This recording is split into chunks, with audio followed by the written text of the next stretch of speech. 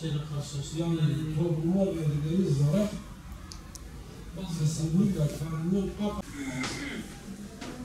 olay inşallah biz de bu çerçevede şey yapacağız. bütün yapıdaki Tamam. Tamam Mustafa. Görüşürüz inşallah. kitap üzerine konuşuyor. Bu oluşturmalara gerek yok. Böyle bir çalışma çok yararlı olur. Allah'ın izniyle onu da not aldık arkadaş.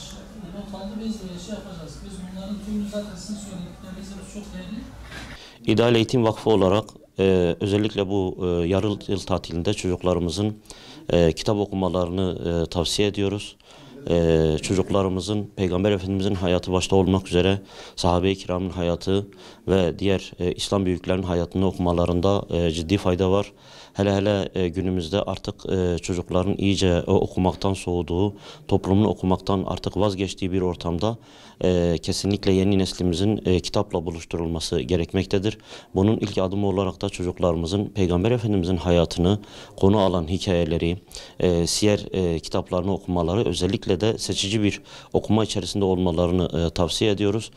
Zira kitap olarak piyasada çok fazla çeşitlilik olmakla beraber sahih kaynaklardan çocuklarımızın Peygamber Efendimizin hayatını öğrenmeleri, temel dini bilgileri öğrenmeleri ve siyeri öğrenmeleri büyük önem arz ediyor. Bununla beraber çocuklarımızın ahlaki yönden geleceklerini terbiye olarak iyi bir seviyede durmaları, inşa etmeleri noktasında da gerçekten seçici bir okuma çalışmasını sergilemelerini ısrarla tavsiye ediyoruz. Bununla beraber Filistin'de büyük bir katliam yaşanmaktadır.